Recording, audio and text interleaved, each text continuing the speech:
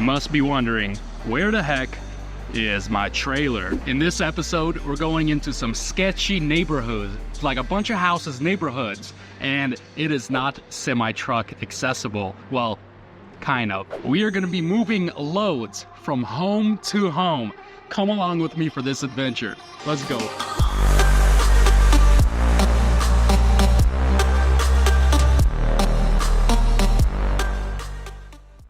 Welcome back, everybody. Welcome back.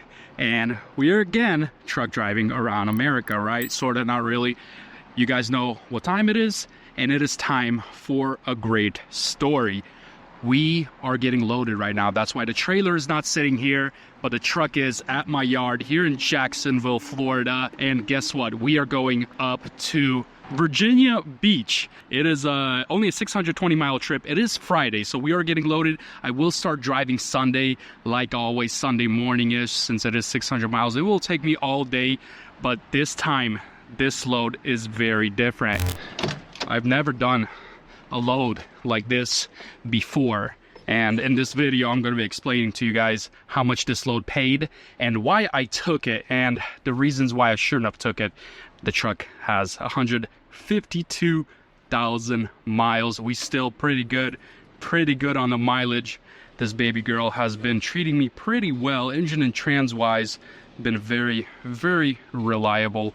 Let's go get my trailer and show you guys the worst of this pickup. And we are going into a neighborhood, a really nice neighborhood with about 500 to 600k worth of houses on each little block. Well, I am here, and you can tell some of these trees are really low, and there was a sign saying something about trucks, which I have to kind of ignore. I did talk to the city. They pulled something. I don't know. The broker did something. I'm supposed to be here, so that's all I know. I don't know exactly what type of shenanigans allowed me to come in here, but we are here. My trailer's coming up here shortly.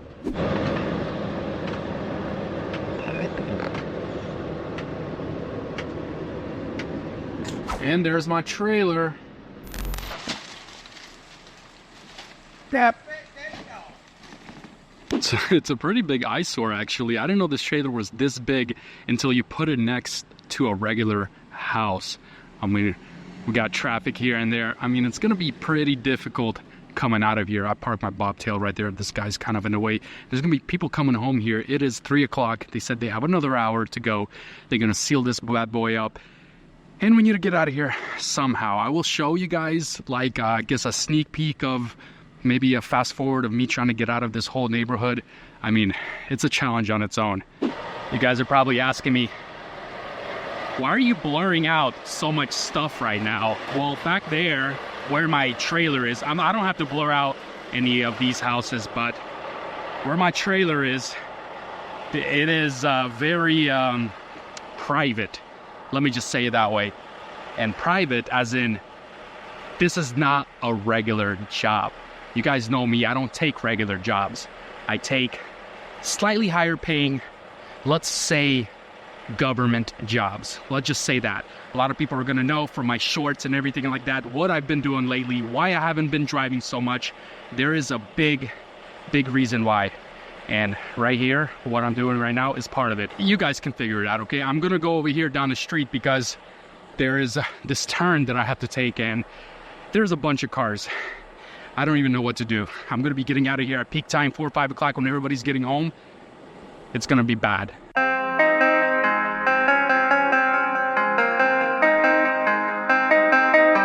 Hey, it wasn't that bad actually, because, you know, I dropped it off. I was kind of touching all those trees. By the time I bobtailed out, by the time I bobtailed back in, I already was familiar with the area, so it's not that bad.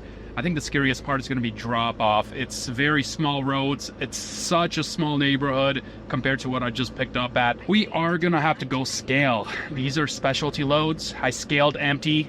I'm about to scale full.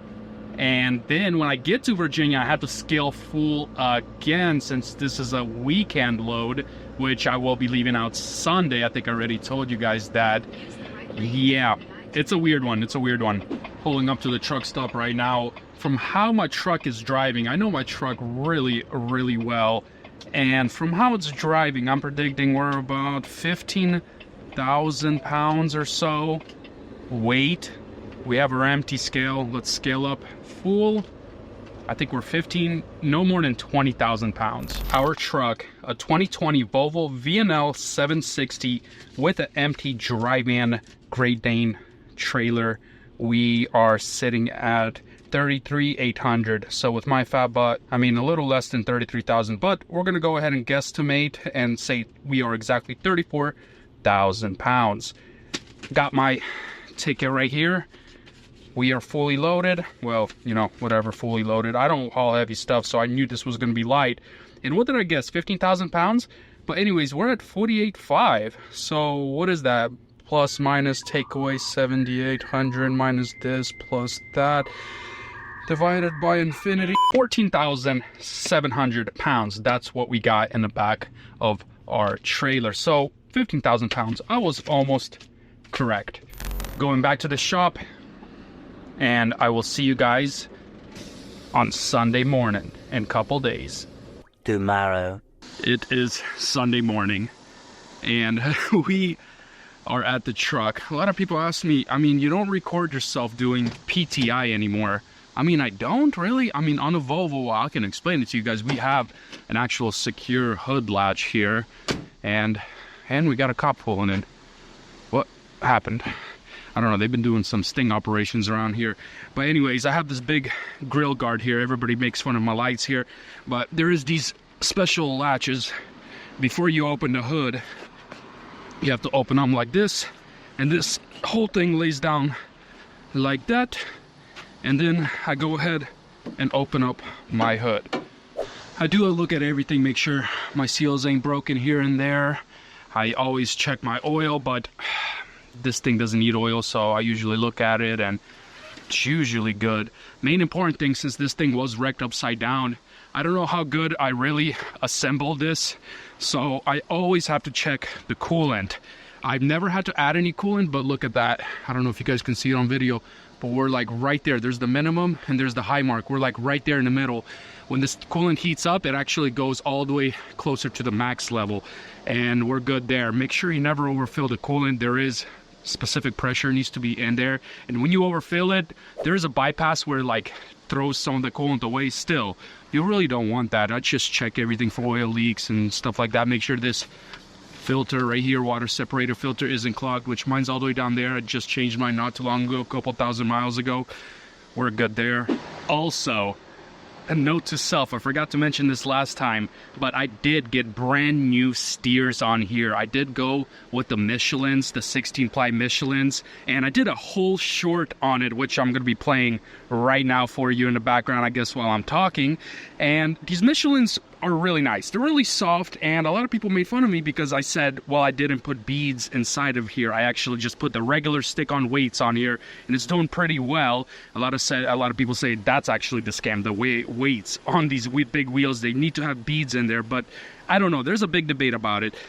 But I also put in brand new shocks with the front steers, and I did not do alignment. I did the alignment maybe 50,000 miles ago. I should do it again. Maybe not. I don't know. It's still doing all right. It's not eating on the edges or anything like that. I think it's been like 10,000 miles already, but they're doing pretty well. We are going to Virginia Beach with this load. I'm about to put a map up right now, and it does say it's 9-hour journey. It doesn't specify the mileage, but it is 620 miles. I just looked at my location of delivery, boys, and I cannot hide this load from you anymore. I think everybody knows what this load is. I talked to a sergeant over there, and I am allowed to tell you this portion. I will have to blur a bunch of things out, but I'm allowed to tell you this portion. This is a military home move. So it is a soldier. It is moving from one location to the next, and it needs to be a secured freight like ours. Little military contracts have this type of service, and it requires a couple things. A bunch of tracking. It requires a bunch of scale tickets. Make sure you're not, using this as a secondary load and you're loading something else in here, dropping it off, and then taking this load to, the other main priority load. So we're not doing that, obviously. We're doing it the legit way. Also, you need to have seal, obviously verified, and padlock and key. This is second security parameters they require. I understand I always lock my freight up, especially on a weekend load. So to me, that's not a big deal, but a lot of people don't carry a padlock and key or a code combination or something like that for a secondary security. I didn't record this, but there was like 3 officers already lined up here. I don't know what they were doing, but yesterday they were doing a nice little sting operation here down the street. And like I said, I support our police officers and everything. I have all the blue flags and everything like that, and I just told them to leave because I had to lock this gate when I leave, and they were very respectful. They're like, of course, no problem. They left right away. Some cops, obviously sheriffs and other deputies, will create a fuss like, oh, this is such a nice spot, why do we have to leave? Oh no, we're officers, we can do whatever. No, Jacksonville, Florida police officers are very respectful. They understand the law. This is private property, so you know, if they are told to leave, they will. I had to lock up. I would have let them stay here if it was daytime and there was a lot of people here on a Monday or something like that. But in this case, it is a Sunday. I have to lock up. It's all good. After this, we are rolling, boys. When I'm with you, I am able to keep pushing my limits, and all the drive that I have, well, I'm going the distance with you. Pulling up to our first pit stop, which is the cheapest fuel around on my route. The problem is there's a Wendy's there at the truck stop, which, man, I am not feeling Wendy's. But truck stop's like all the way over there. I gotta like bust a U and then go all the way around. There is a Zaxby's right here though. Man, I'm craving some Zaxby's. I don't know, I'm gonna try to pull over on the side of the road there and just try to get some food. We'll see how that works out. I think you guys know what option I picked. My truck's right there in the middle of the road. Hopefully I don't get a ticket. I mean, I don't see nothing wrong with it, do you guys? I got my stuff.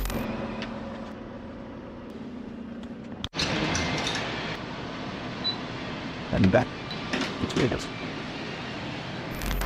I'm only less than, I think a little more than halfway full, but I am topping her off because here in Florence, South Carolina, we have the cheapest fuel discounts. I think total is $3.16 a gallon. That's what I'm gonna be getting for this. Might as well eat and everything, because in these aisles you cannot pull up.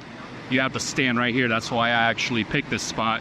You see, if you pull up and let the other truck past, there's no room for driving through. Looks like we only topped her off with 66 gallons.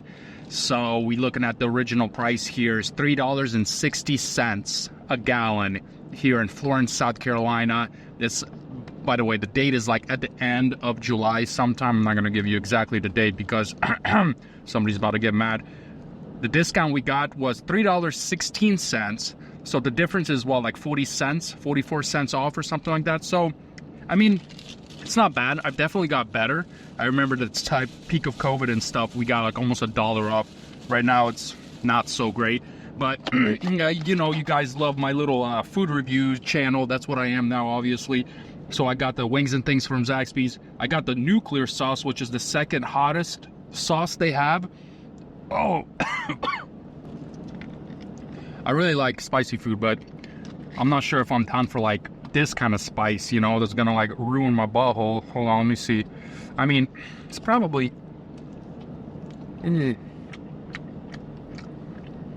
I mean, it's still pretty good.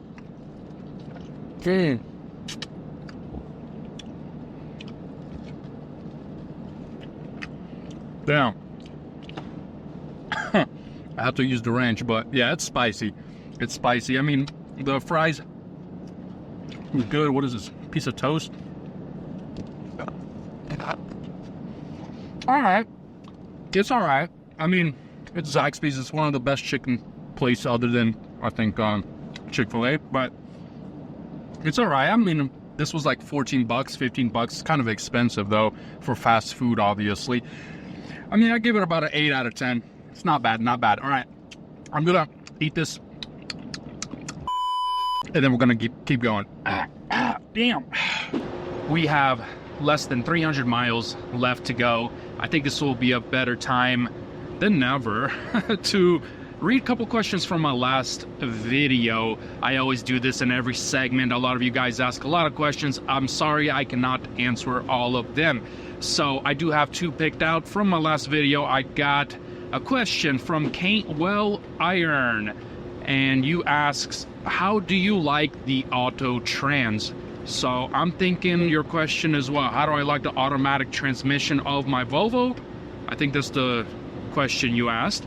And I love the Volvo I-Shift transmission. The automatic transmission in these Volvos is the best in America. I know a lot of people are going to say, no, the Detroit 12 is, blah, blah, blah. It is not. The I-Shift in a Volvo is the best. You guys can do your own research. You can do whatever you want. I'm just letting you know it is the best. And then we have a question from Hannah West. She asked, what driver app for routing do you use? So the only two I mainly use is Google Map, and that's the only app I technically use for routing itself. I know a lot of people are gonna be like, Google Maps, that's not a truck route. And no, it is not, but you know, how many miles I put down a year, I've already know what to look for. You zoom into the Google Maps, you look at the street signs and stuff like that. I just use that. A lot of people pay for programs for truck routes. Those are not reliable at all. I do not recommend paying monthly basis for a truck route app. The only thing I do when I have my Google Maps activated, I do set a Garmin GPS manually so I can look at my route that way. That usually is pretty correct. Not always, I'm not saying it's like 100%, but it's 99% correct. And most of the time I listen to that and combine to my Google's Maps. Thank you again for all your questions. Welcome to North Carolina. I know that I'm heading North Carolina on 95. When you pass this exit right here, it says south of the border. I mean, it's so weird. It's like this Mexican themed, like, I don't know, like amusement park or something. And it says burritos and enchiladas over there. Like, we are not in Texas. I don't understand this whole place. I've never pulled in there before, but I don't know. It just seems, I don't know, it seems sketchy. And there goes the sign. Welcome to North Carolina. I know you might be wondering, like, what the heck? You just stopped to eat. Man, guys, I need to eat before 6 o'clock. A lot of people, I actually had a question. That's why I had to stop and think about it, is because you guys asked me if I'm still on keto. No, I am not still on keto. Keto is a little bit too hard for me. And it's a little too hard for everybody, I think, because it's just like the road is a nasty, nasty place. I mean, you really can't get keto. For example, these peanuts. I mean, that's a lot of carbs in here. Just these peanuts right here. I like the spicy boiled peanuts. Leave me alone. But that's what I got to eat right now as a snack before 6 o'clock. It's 5:55. I got 5 minutes to chat down on this and talk to you guys about it. I am doing intermediate fasting. So 6 hours out of the day, I'm allowed to eat whatever. I mean, I got no limits. I do watch my sugar intake a little bit, not my carbs at all. I need carbs, okay? So I'm trying 18 hours fasting, 6 hours eating. So that's why I'm eating before 6, because if I just eat a meal like at 2 or 3 o'clock and then I forget to eat before 6 o'clock, I am starving out about 10, 11 o'clock and my stomach hurts. So that's why I'm doing this. Okay, leave me alone.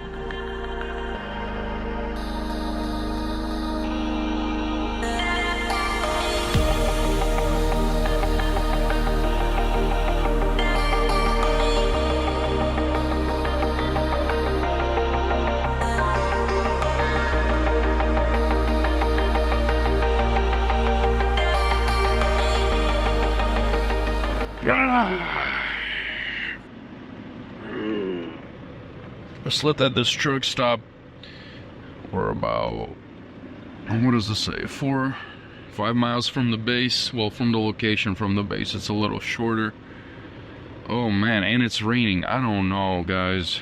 I don't know about this load. I don't think this was worth it at all. They're gonna backtrack, they're gonna offload today or not, I have no clue. There's always a bunch of entrances to a military base, and for a commercial vehicle, it's really hard to find out which gate you have to go to. From experience, from this side, I remember it was this gate. So yeah, it's a little difficult to get in, especially in the morning. There's always traffic and everybody's going in from that side and this lane. So it's gonna be a while. I've been in this line probably around 5 minutes already. All right, got checked in. There's my check-in paperwork right here. They background check you, make sure you're not a felon or anything like that, anything close to that actually, and they will not let you on base.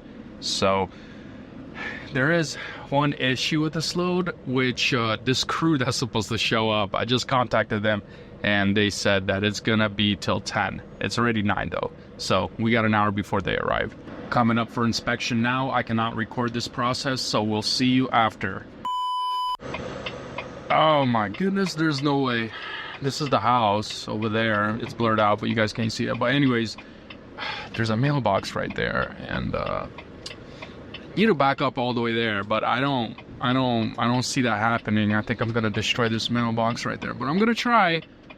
The closer I get to the back of the house, the faster they're gonna offload me. I mean, it's kind of working out.